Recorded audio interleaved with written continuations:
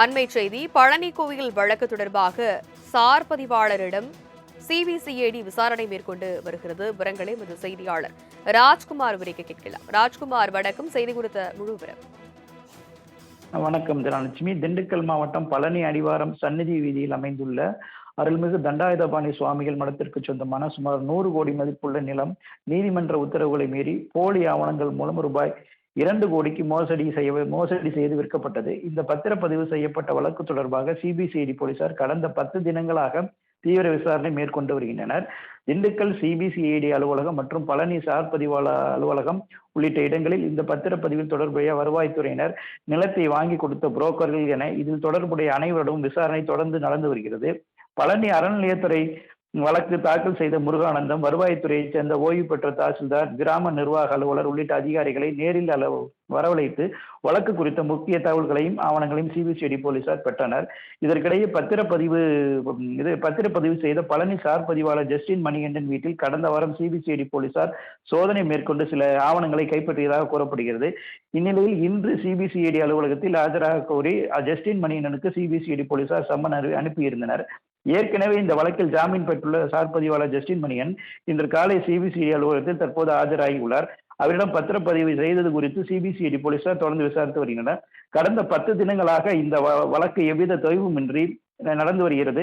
மேலும் சிபிசிஐடி வழக்கு விசாரணை நடத்துவதை சிபிஐயிடம் மாற்ற வேண்டும் என்று நேற்று அதிமுக சார்பில் கண்டன ஆர்ப்பாட்டம் நடைபெற்றது என்பது குறிப்பிடத்தக்கது. தனலட்சுமி.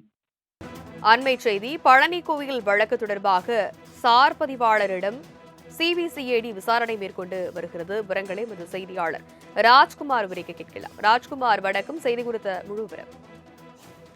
வணக்கம் தனலட்சுமி. திண்டுக்கல் மாவட்டம் பழனி அடிவாரம் சந்நிதி வீதியில் அமைந்துள்ள அருள்மிகு தண்டாயுதபாணி சுவாமிகள் மடத்திற்கு சொந்தமான சுமார் 100 கோடி மதிப்புள்ள நிலம் நீதிமன்ற உத்தரவுகளை மீறி போலி ஆவணங்கள் மூலம் ரூபாய் 2 கோடிக்கு மோசடி செய்து விற்கப்பட்டது. இந்த பத்திரப்பதிவு செய்யப்பட்ட வழக்கு தொடர்பாக சிபிசிஐடி போலீசார் கடந்த 10 தினங்களாக தீவிர விசாரணை மேற்கொண்டு வருகின்றனர்.